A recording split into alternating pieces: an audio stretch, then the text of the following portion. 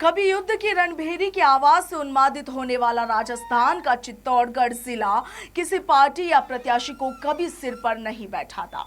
बावजूद इसके यदि पिछले लोकसभा चुनावों का पैटर्न देखा जाए तो यहां अब तक हुए लोकसभा के 17 चुनावों में से 7 कांग्रेस की झोली में गए हैं। वहीं बाकी 10 चुनावों में पहले भारतीय जनसंघ और फिर भाजपा के खाते में है। ये लोकसभा सीट 8 विधानसभा सीटों को मिलाकर के बनी है और इसमें ज्यादातर सीटों पर बीजेपी के विधायक हैं।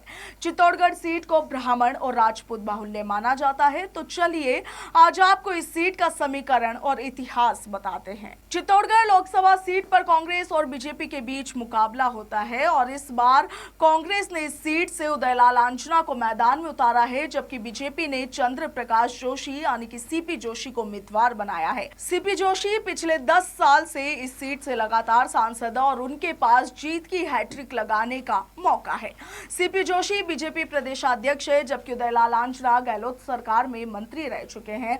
वहीं यदि बात साल 2014 और 2019 के लोकसभा चुनावों के परिणाम की जाए तो आप देखिए कि इन चुनावों में लगातार बीजेपी ने जीत दर्ज की थी। 2019 के आम चुनाव में बीजेपी के सीपी जोशी ने जीत हासिल की थी। वहीं उन्होंने कांग्रेस उम्मीदवार गोपाल सिंह शेखावत को 5,96,247 वोटों के बड़े मार्जिन से हराया था। सीपी जोशी को 9,82,942 वोट मिले थे, जबकि कांग्रेस उम्मीदवार को 4,06,695 वोट हासिल हुए थे। नोटा पर 17,528 लोगों ने बटन दबाया था। इस सीट को ब्राह्मण और राजपूत बाहुल्य सीट माना जाता है।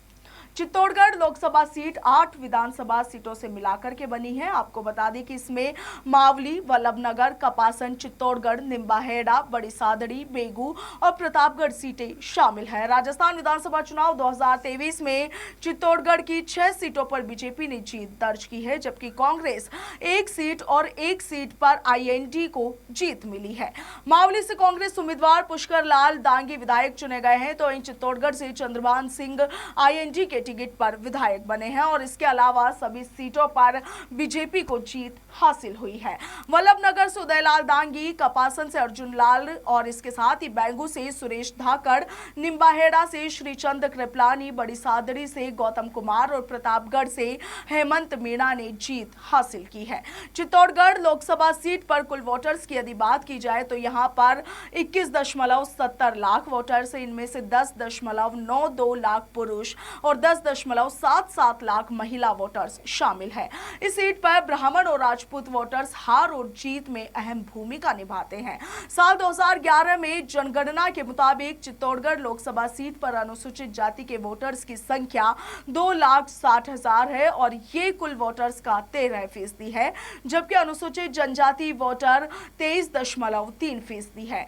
इनकी संख्या 4,66,259 है। चित्तौड़गढ़ सीट पर मुस्लिम वोटर्स 1,82,774 है, यानी कि 9.1% है। लोकसभा चुनाव 2024 में सीट पर टक्कर कांटे की मानी जा रही है। बीजेपी और कांग्रेस दोनों ही पार्टियों के नेताओं ने इस सीट पर प्रचार प्रसार में किसी तरह की कोई कमी नहीं छोड़ी। इस सीट पर पिछले कुछ दिनों में मुख्यमंत्री भजनलाल शर्मा, डिप्टी सीएम दिया कुमारी और प्रेमचंद बैरवा, इनके साथ ही विधायक बालकनाथ, विधायक बालमुकुंदाचार्य सहित बोर्ड के अध्यक्ष, पार्टी के राष्ट्रीय महासचिव सहित तकरीबन 10 प्रचारक इस लोकसभा में रहे और रोड शो और सभाएं कर सीपी जोशी के समर्थन में आम जनता से वोट की अपील की।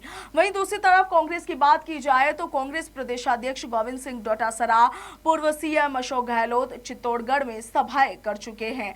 अब सभी जगह डोर टू डोर प्रचार भी कांग्रेस के स्टार प्रचारकों ने किया है। तो चित्तौड़गढ़ सीट को लेकर आपका क्या कुछ ख्याल है, कमेंट सेक्शन में जरूर लिखेगा। फिलहाल के लिए इतना ही। नमस्कार।